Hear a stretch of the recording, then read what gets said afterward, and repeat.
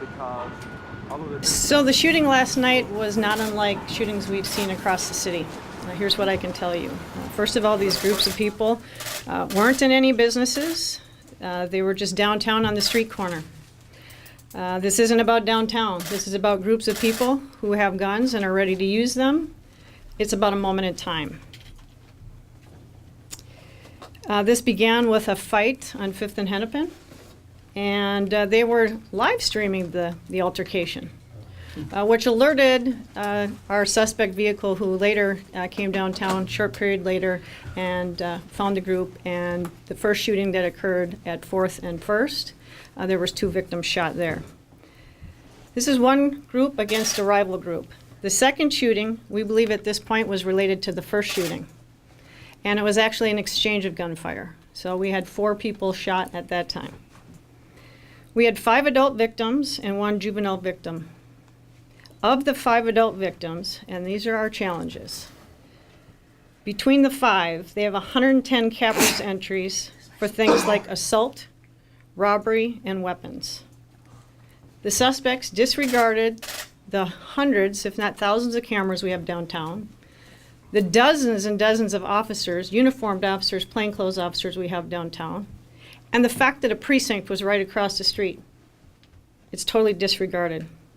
I want to recognize the great immediate response of our officers who continue to run into the gunfire, who are close by, who made arrests. They recovered 2 guns connected to the incident. They arrested one of the armed suspects who, although we don't know if the gun was legal last night, legally purchased, we do know that he shouldn't have been in possession. So he was illegally possessing a handgun. These criminals aren't afraid to shoot each other, and the cops aren't afraid to chase them. I do want to acknowledge that violent crime in the 1st precinct is down over 8% year to date. Assault is down 10%.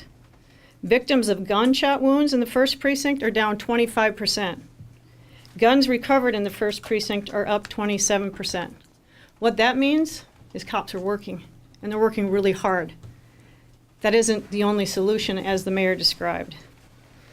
We know that this is about groups and about that moment in time, so our greatest challenge right now is we don't know the where and when.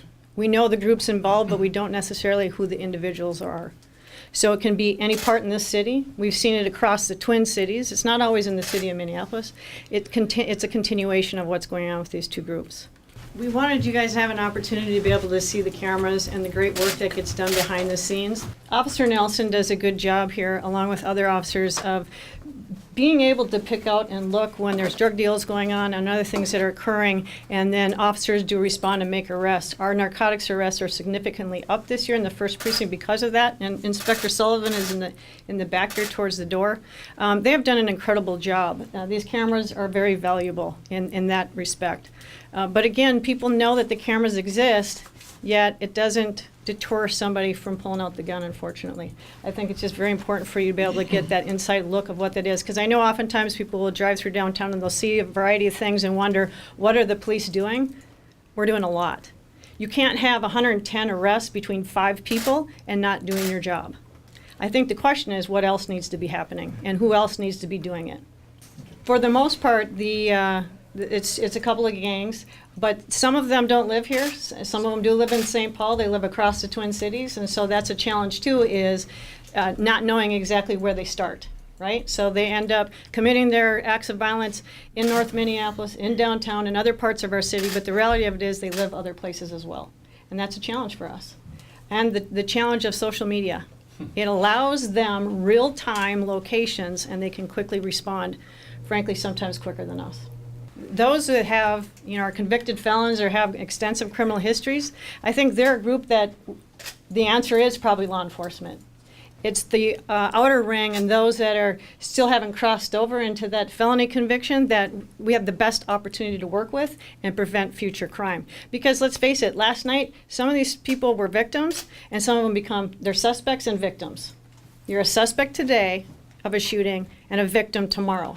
You're either going to be incarcerated or you're going to end up dead. Either way, we're losing these folks to society.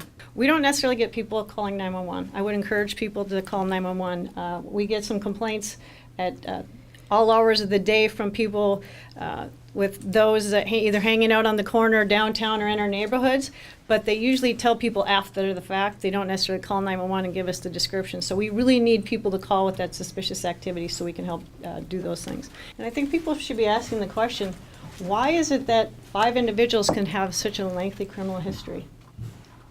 I would be shocked. I get shocked for the times that we have a person either as a victim of a shooting or the suspect who doesn't have a criminal history. That would surprise me. I used to get surprised at the length of criminal history these folks have. And they are for felonies. They are for significant crimes and gun possession. That's what we're dealing with. And that's a struggle for us. Why are they on the street? What is happening? Where is that portion broken? Right? So incidents occur, arrests are being made. What else is happening? It also means that that's not the solution necessarily. Sometimes it is, sometimes it isn't. But I think those are questions that people need to be asking, because it's certainly questions I have.